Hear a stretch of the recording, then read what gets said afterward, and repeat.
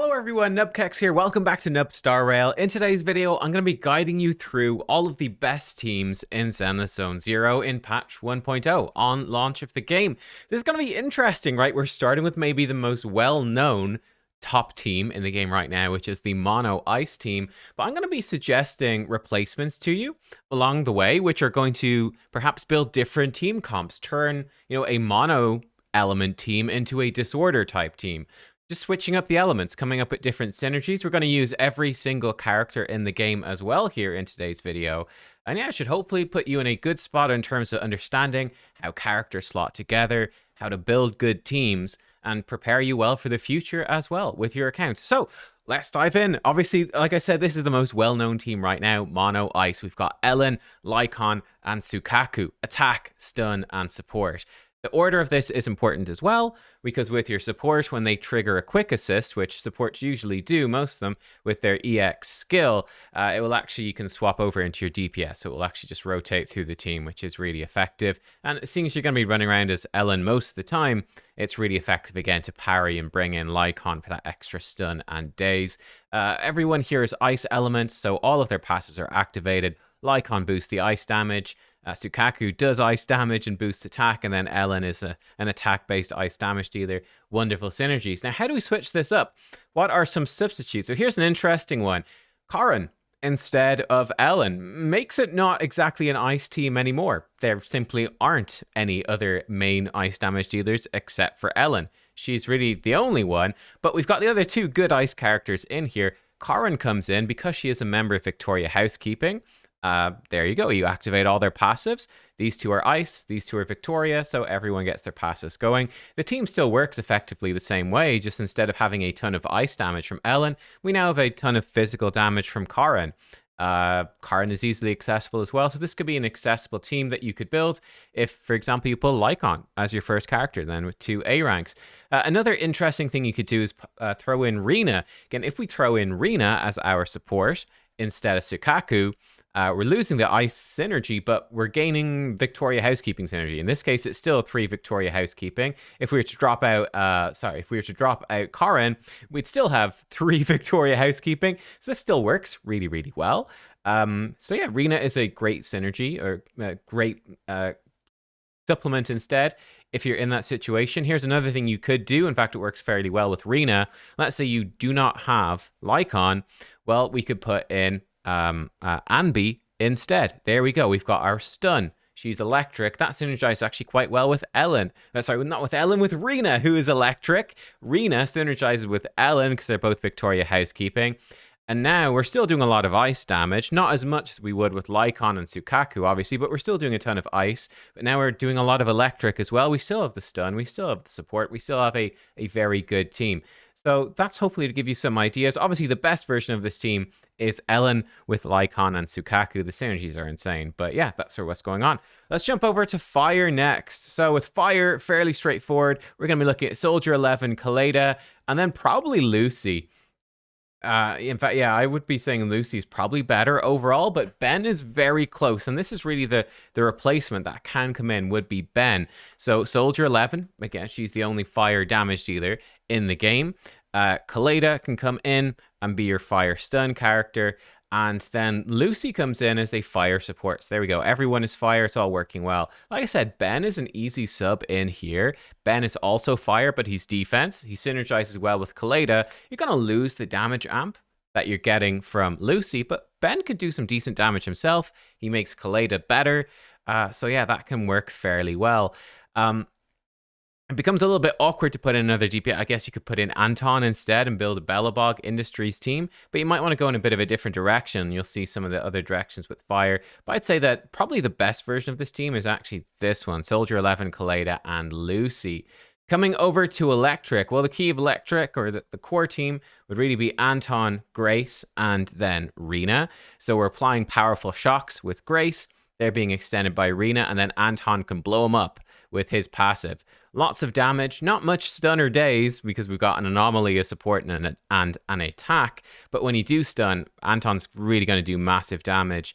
And that can be very powerful. Now, some obviously substitutes we could put in. A fairly straightforward one would be Anbi. You can actually run Anbi in place of Rena or of Grace. If we put her in instead of Grace, would be the most straightforward substitute. We have our same simple enough of attack, stun, and support combo. Works well. They're all electric. Now, one interesting thing we could do instead to turn it into a disorder team. Let's actually move. Oh, her portrait I put in is slightly smaller. Well, that's slightly annoying. Oh well. But Piper.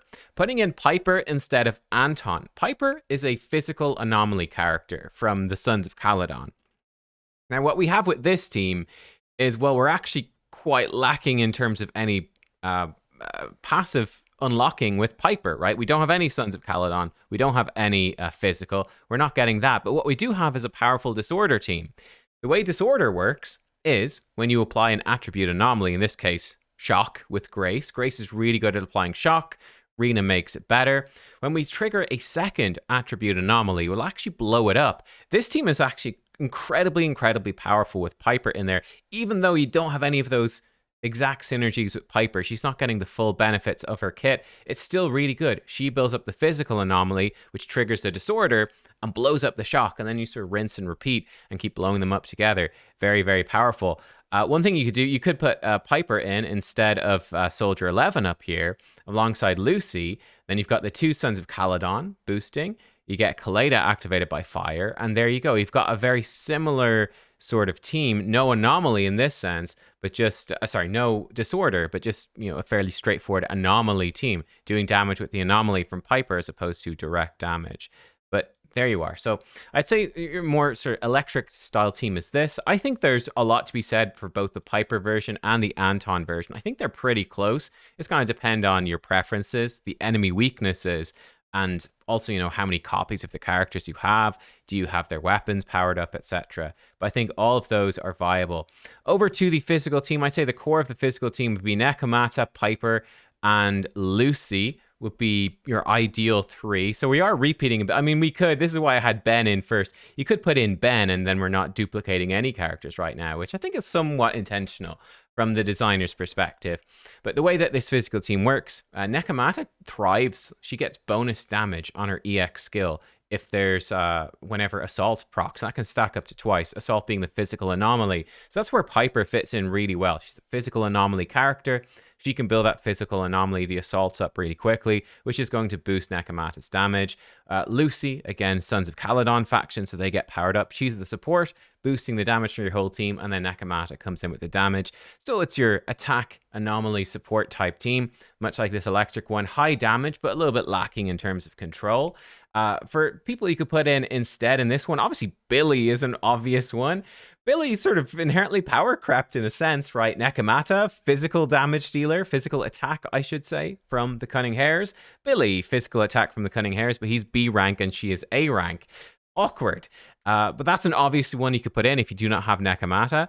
There you go. If you do have Billy in, actually, it becomes not so important to have Piper. You could actually replace Piper with anyone. In fact, you become much more flexible with your team comp because he is nowhere near as reliant on having...